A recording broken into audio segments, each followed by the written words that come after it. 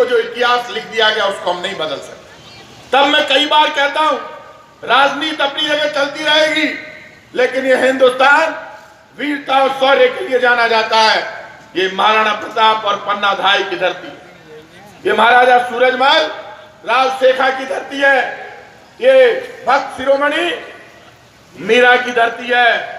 यहाँ की धरती में जब भी इतिहास को उठाकर देखते हैं तो भक्ति की जब बात आती है तो मां मीरा को दुनिया याद करती है। और मैं आज आपसे कह रहा हूं, इतिहास कभी हम नेताओं के कहने से बदले नहीं जाएंगे। इतिहास हमेशा वही रहेंगे जो लिख दिए गए हैं। इसलिए मैं कई बार लोगों से कहता हूं, अरे तू क्यों परेशान हो रहा है कांग्रेस बीजेपी में बटकर, तू तो देश धर्म की बात कर काका। लड़ने के लिए तो गोपाल सिंह जी, सीपी जोशी जी फैसला कर लेंगे, तू क्यों लड़ रहा है ये तो बता दे। जबरदस्ती परेशान हो रहे हैं लोग। अरे आपस में तो गांव में बंटवारा मत करो, ये फैसला तो आप रखो।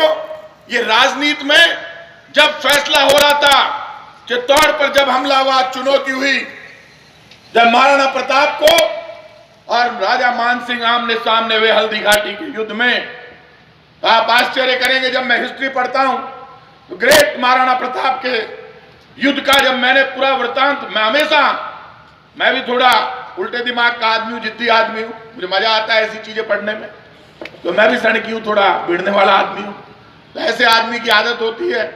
मैंने महाराणा प्रताप को पढ़ा, ऐसा स्पेशल युद्ध जिसमें महाराणा प्रताप की सेना का एक सेनापति नहीं, चार सेनापति, और सेनापति में एक मुख्य सेनापति हाकिम का सूरी मुसलमान पठान। आश्चर्यजनक बात, एक पठान मुसलमान महाराणा प्रताप की सेना का सेनापति, और जब हाकिम का सूरी मारा गया तो पीर का पठान खड़ा हो गया। 5000 पठान लड़ने के लिए आए अफगानिस्तान से महाराणा प्रताप की तरफ से। बड़े आश्चर्य की बात थी, जब महाराणा प्रताप घायल हो गए तो जाला मन्ना उन्होंने उनका मुकुट पहन लिया। कहते हैं भामाशाह खुद एक सेनापति थे जो पैसे से तो मदद कर ही रहे थे, लड़ भी रहे थे बुजुर्ग होते हुए, और सेनापति जब भीलों के सेनापति खुद उनके साथ लड़ रहे थे, ऐसा स्पेशल युद्ध हुआ। वो युद्ध धर्मों के बीच में नहीं था, वो युद्ध आन बान और शान धरती मां के सम्मान के लिए था कि मेवाड़ लड़ सकता है, मर सकता है, लेकिन मेवाड़ किसी की अधीनता कभी भी स्वीकार नहीं कर सकता। इस बात के लिए था। वो युद्ध हिंदू मुसलमान के बीच में था, सिख ईसाई के बीच में था। वो महाराणा प्रताप के उस मेवाड़ के शौर्य के लिए था कि मेवाड़ किसी की अधीनता स्वीकार नहीं करता, मेवाड़ लड़ना और मरना जानता है। और मेवाड़ ने एक इतिहास बनाया। आज भी जब चित्तौड़ के दुर्ग को लोग देखते हैं, मेवाड़ के इतिहास को जब लोग देखते हैं, तो आज पूरी दुनिया में किस बात का झगड़ा है? हिंदुस्तान और पाकिस्तान की चुनौती क्या है? हिंदुस्तान पाकिस्तान के किसी भी नापाक इरादे को बर्दाश्त नहीं कर सकता। वही हिंदुस्तान जिस हिंदुस्तान ने 71 में अंदर घुसकर मारा, 93,000 सैनिक आत्मसमर्पण करना पड़ा पाकिस्तान को। इंदिरा गांधी प्रधानमंत्री थी, अमेरिका का प्रेशर था कि अब बंद करो युद्ध। और आपको पता है जनरल सगत सिंह जयपुर में आज भी जिंदा है, उनसे जाके ढोकरे, बहुत बुजुर्ग हो गए जनरल सगत सिंह। जनरल सगत सिंह ने जनरल नियाजी को घेर लिया, तो जनरल नियाजी ने जनरल सगत सिंह से कहा, सगत सिंह जी आप तो बहादुर राजपूत हैं, आप खुद समझते हैं इस बात को, मैं हथियार डालना चाहता हूं, लेकिन आप यदि असली राजपूत के बेटे हैं तो मैं ये चाहता हूं आप मेरे से जूनियर जनरल है, आप मेरे से बड़े जनरल को बुलाओ, मेरा सम्मान करो। जनरल सगत सिंह ने जनरल मानेकशॉ से बात की, जनरल मानेकशॉ ने जनरल अरोड़ा को भेजा, और फिर जनरल नियाजी ने हथियार डाले। ये वीरता और शौर्य और सिद्धांत तब जनरल सगत सिंह ने दिखाया वहां पर। ये परंपरा आज से है। आपको पता है जयपुर का राजा भवानी सिंह पैरा ट्रूपर्स के रूप में ऊपर से नीचे कूद गया चोंगा गाड़ी के साथ पाकिस्तान में। आज वो नहीं रहे हमारे बीच में। जयपुर जो चुनाव लड़े, चुनाव हार गए। अभी बीच में एक बार बात चली, मैंने उनकी तारीफ की, मुझे कहा भवानी सिंह जी की तारीफ कर रहे हैं, मैं भवानी सिंह जी की नहीं कर रहा, जो भवानी सिंह जी लड़े थे उनकी तारीफ कर रहा हूं। तुम्हारे दिमाग में तो राजनीति है, लेकिन लड़े तो थे। इतिहास में लिख दिया गया कि उस दिन चोंगा लेकर कूदे, एक नहीं 50 चोंगा लेकर कूदे, पाकिस्तान के अंदर कूदे। तो जो लड़ा है, मरा है, उसको तो सलाम करना पड़ेगा भाई। राजस्थान के मुख्यमंत्री भैरू सिंह जी 3 बार रहे तो मानना ही पड़ेगा। अब कोई कह देगा भैरू सिंह जी तो कोई नहीं दिया, तू तय कर सी ठीक तो आप भैरू सिंह जी 3 बार था का मुख्यमंत्री आ।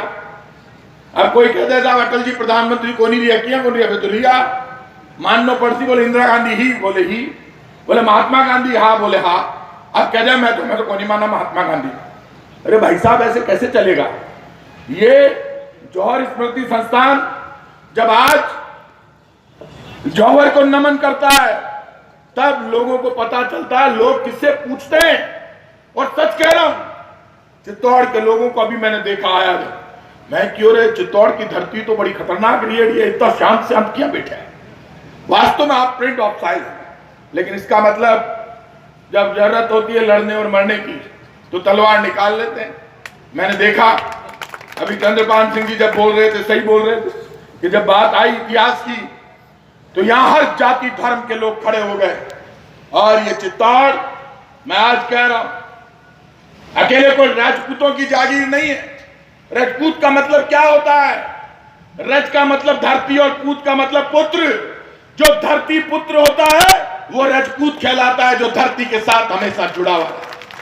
मैं मानता हूं राजपूतों ने हर लड़ाई का नेतृत्व किया, हर युद्ध का नेतृत्व राजपूत राजाओं ने किया।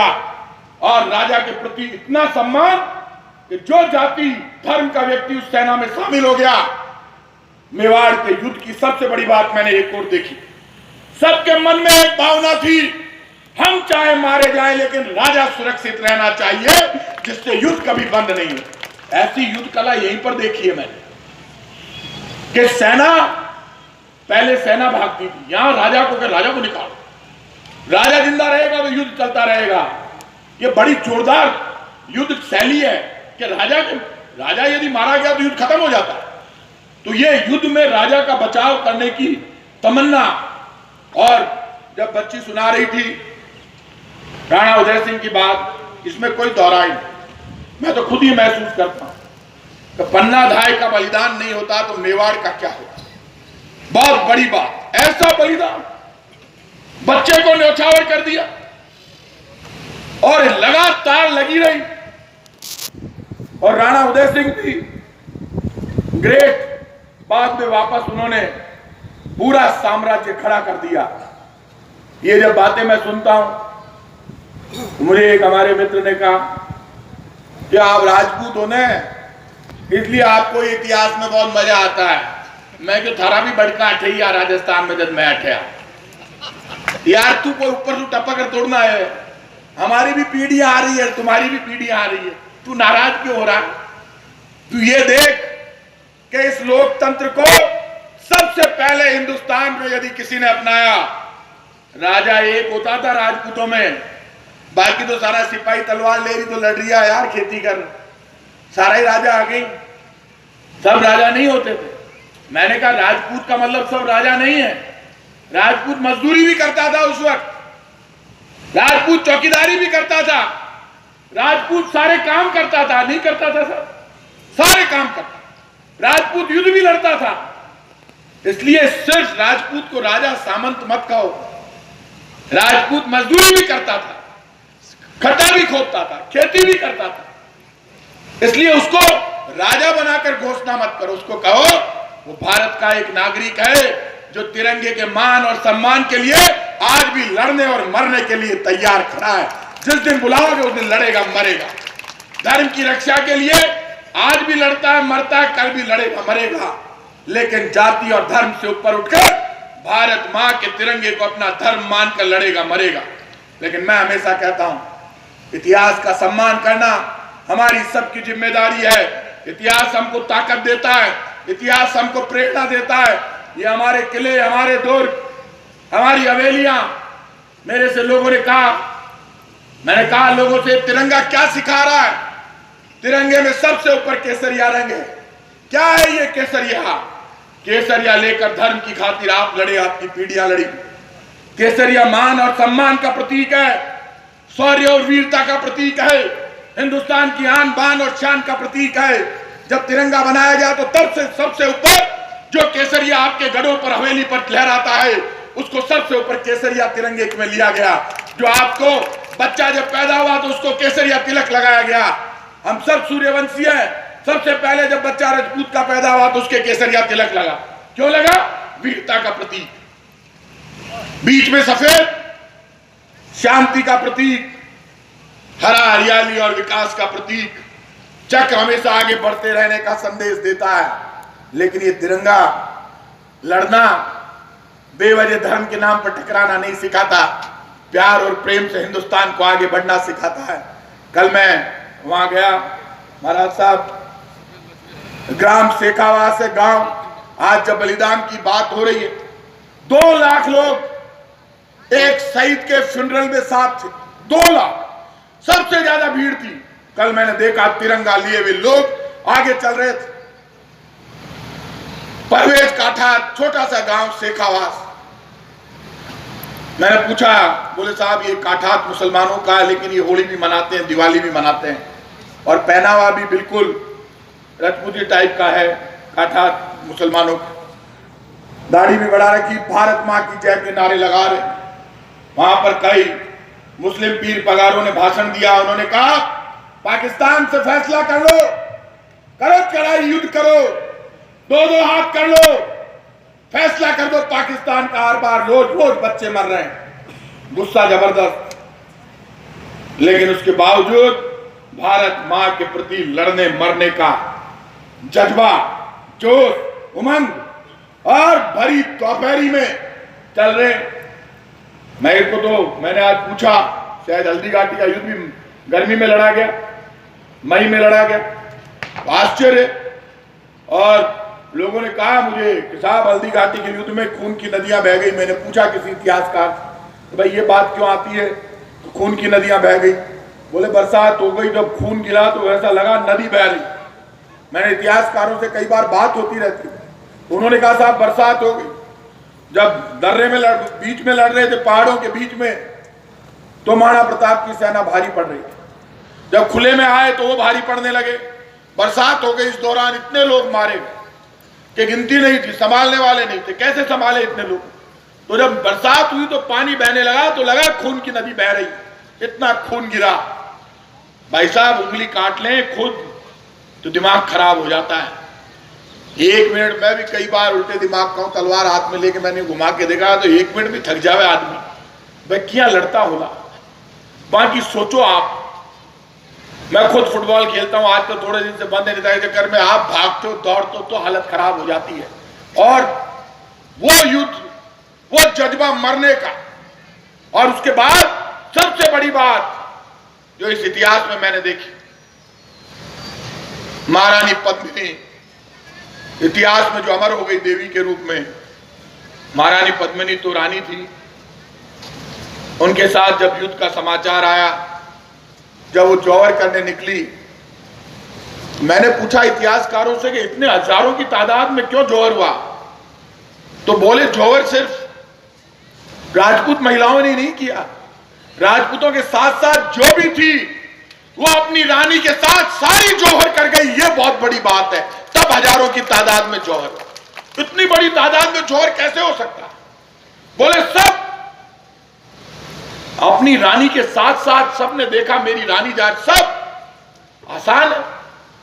और आज जब उस जौहर के सम्मान के लिए जौहर स्मृति संस्थान, मैंने आज पूछा कि कब से चल रहा है ये समारोह, तो मुझे कहा 39 साल से ये समारोह मनाया जा रहा है।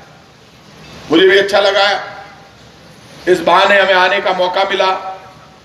मैं एक बात कह सकता हूं कि जिंदगी में जो भी व्यवस्था हो, उस व्यवस्था में हमारा प्यार और प्रेम रहना चाहिए, हमारा विश्वास रहना चाहिए, हमारा इतिहास अमर रहे। उसके लिए जरूरी है हमारा बड़ा दिमाग रहना चाहिए। जितने लोग यहाँ पर आए, मैं उनसे कहूंगा सब कुछ करना, लेकिन सिर्फ अपनी माँ का सौदा मत करना। आपके गांव में जो धरती है वो आपकी माँ है, गांव की जमीन मत बेचना, नहीं तो आपके गांव से संबंध छूट जाएगा। वो आपकी धरती, आपकी पहचान है। वो बिकनी नहीं चाहिए। 2 बीघा, 5 बीघा, 10 बीघा, 15 बीघा जितनी भी है, वो आपसे, आपके गांव के रिश्ते को, आपके इतिहास के रिश्ते को जोड़ती है।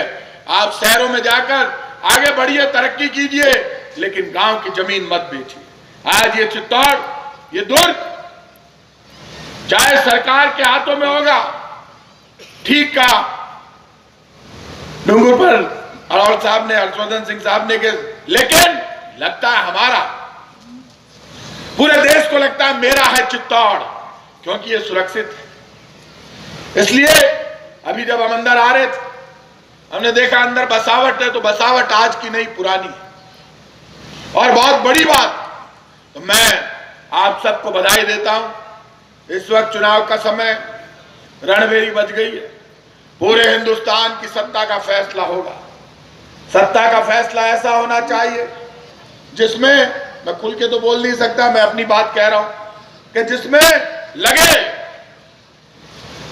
कि इस देश के धर्म, इस देश के प्यार और प्रेम की बू आती है सब जगह। हम सब लोग मिलकर प्यार और प्रेम से आगे बढ़ते हैं। पार्टियां आती है, चली जाती है, नेता आते हैं, चले जाते हैं, आपका प्यार और प्रेम खत्म नहीं होना चाहिए। ये ध्यान रखना। कभी भी मैंने देखा कई लोगों को, हमारे आदरणीय भैरू सिंह जी शेखावत, हमारे परिवार के मुखिया, मेरे तो बाबू साहब, मैं उनके सबसे बड़े भाई, सबसे छोटे भाई का लड़का हूं और पूरे खानदान में सबसे छोटा हूं। मैं कांग्रेस से मंत्री हूं, इसका मतलब भैरू सिंह जी का भतीजा नहीं हो जाएगा क्या? भतीजा तो रहूंगा ही उनका। मैं खातिरियावास में जाता हूं, मेरे से किसी ने, यूनिवर्सिटी में हम पढ़ते थे, बोले आप शेड्यूल कास्ट हो क्या? मैंने कहा हाँ। हम खातिरियावास वाले को जान है? मैंने कहा, क्योंकि गोपाल सिंह साहब कह रहे थे शेखावत खटे मात खूनी का। मैं यूनिवर्सिटी में चुनाव लड़ने गया, आप तो खातिरियावास हो? मैंने कहा हाँ। आप शेड्यूल कास्ट हो? मैंने कहा बिल्कुल, हम तो अनुसूचित जाति के हैं। किसी ने कहा आप एसटी हो? बोले हाँ। बाद में पता चला गांव को नाम ही को ठाकर राजपूत है ये तो मुझे कहा आप तो, मेरा बड़ा ग्लैमर था यूनिवर्सिटी में, ऐसा नहीं है कि कोई बड़ा ग्लैमर रहा है मेरा। तो उन्होंने कहा आपके तो गांव का नाम है खातिरियावास। तो मैंने कहा गांव का नाम है तो क्या हो गया? बोले आपने तो, मैं कहा हम तो सब है भैया, हम तो एसटी भी हैं, एससी भी हैं, ठाकर भी हैं, सब है, इसीलिए गांव का नाम लिखते हैं। हम शेखावत है, हम ज्यादा झंझटबाजी में नहीं पड़ते, झगड़ेबाजी में नहीं पड़ते। हम जानते हैं कि कब कहां कौन सा तीर चलना चाहिए, वो हमें चलाना आता है। ये गलती हम नहीं करते। राज होना चाहिए हाथ में, राज ही कोनी भारकन बार आया कहीं बैकियो मारे और ट्रांसफर में कर दे, वह ये कर देंगे। अरे राज इज्जत कर दे, जब बाकी कुछ है। बाकी प्रताप सिंह खातिरियावास जयपुर की सड़क पे यही तो कहेगा कल निकलना, मुख्यमंत्री जी को नहीं निकलने देंगे ना, मैं पुलिस फोर्स लगा देगा। मैं भी पहुंच जाता हूं हजारों लेके, लेकिन वो एक ताकत अजमाइश, खून पसीना है, कभी क्या। और सरकार में हो तो आपके अलग रुतबा है, फिर तो आप मंत्री जी हो गए तो मंत्री की अलग स्थिति हो जाती है।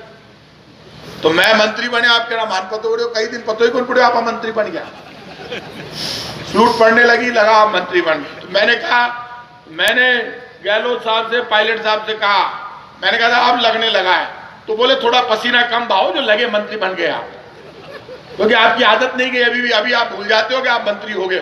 तो मैं आपको भरोसा देता हूं, इस सरकार के मालिक आप, मैं जवाब दे रहा हूं आपसे। मेवाड़ की धरती के किसी भी व्यक्ति को कभी भी कोई भी व्यक्तिगत काम हो, कोई भी सामूहिक काम हो, चित्तौड़ का काम हो, सरकार का एक नुमाइंदा आपके सामने खड़ा है। मुझे कोई गलतफहमी नहीं है मेरे बारे में। मैं कल भी रोड मास्टर था, आज भी रोड मास्टर। आप मुझे याद कर लेना, आपका कोई भी व्यक्तिगत काम हो, सामूहिक काम हो, इस मेवाड़ की धरती का काम हो, आप मुझे याद करोगे तो मुझे बहुत अच्छा लगेगा। मैं आपका सम्मान भी करूंगा, आपका काम भी करूंगा और कभी आपको शिकायत का मौका नहीं दूंगा, मैं आपको भरोसा देता। और मुझे बहुत अच्छा लगा यहाँ आकर, और मुझे भी जोश पैदा हुआ चित्तौड़ की धरती पर आकर। आप में कितो जोश है मन पतो मन तो आप में जोश आ गया, तो आप अमान चाल गयो कि धरती में दम है। मैं जब चित्तौड़ आता हूँ, हमने तो बस्सी में मैंने हमारी सिस्टर दी हुई है, डॉक्टर रघुवीर सिंह जी के बेटे विजयराज सिंह जी को तो मैं 4-5 बार जब भी आया, बस दिक्कत एक ही है, मेवाड़ वालों की स्टाइल मैंने देखी है, बोले कम है, और मैंने इनसे देखा, बातचीत की, अकड़ पूरी रखे, अकड़ पूरी रखे। हम भी लोकतंत्र के पुजारी हैं, मैं के अकड़ पूरी रखे तो आपने हाथ जोड़ लिया, आपने कहीं फर्क पड़े भाई। मैं तो बाम में सुहा, माने कोई कहे मेरे से क्या, कई छात्र नेता होते हैं, वो मैंने देखा वो हाथ नहीं जोड़ते, मैंने उसको बुलाया, मैंने इधर आया, मेरे बात टेढ़ा, हाँ भाई साहब, मैं तो हाथ क्यों नहीं जोड़ता? वो भाई साहब सामने वाले दे रहे, जो पहले हाथ जोड़ता है वो बड़ा होता है, हम भैया पहले ही हाथ जोड़ते हुए चलते हैं, जहां भी उतरे पहले ही हाथ जोड़ देते हैं, अगले को मौका ही नहीं देते। हम होशियारी ये करते हैं, हम कोशिश ये करते हैं पहले हम जोड़ दें, तो जो पहले जोड़ता है वो फायदे में रहता है। क्योंकि आपको पता है जब कृष्ण भगवान सो रहे थे तो सुबह पहले सबसे पहले दुर्योधन पहुंच गया, पहुंच के सिराने बैठ गया कृष्ण भगवान, या उठे और पकड़े, अर्जुन बाद में पहुंचा, वो पांव की तरफ बैठ गया। जैसे ही कृष्ण उठे अर्जुन ने हाथ जोड़ दिए, महाराज उन्होंने कहा बोलो अर्जुन, तो दुर्योधन ने पकड़ लिया, क्या बोलो अर्जुन, पहले मैं आया हूं, यहां भी बेईमानी कर रहे हो, आपकी आदत नहीं गई साहब। उसने देखा तो बड़ा बदमाश है, तो फंस गए। तो दुर्योधन से पूछा, माथा बोड़ी ज्यादा की, तो कृष्ण तो अंतर्यामी, तो उसका मन पढ़ लिया होगा कि ये क्या मांगेगा, तो बोल तू मांग ले। तो बोले साहब आपकी सेना पूरी मेरे को दे दो। किसने कहा ये गया, ले लिया। अर्जुन ने कहा साहब मेरा क्या होगा, बोले मेरे पास कुछ बचा ही नहीं। तो बोले साहब आप मेरा रथ चला लो। पहले तो दुर्योधन ने मना किया, जब उसने कृष्ण ने समझाया यार मेरे पास कुछ है ही नहीं, अब अच्छा नहीं लगता मैं कुछ नहीं दूं, तो सारथी बनने पर राजी हो गए।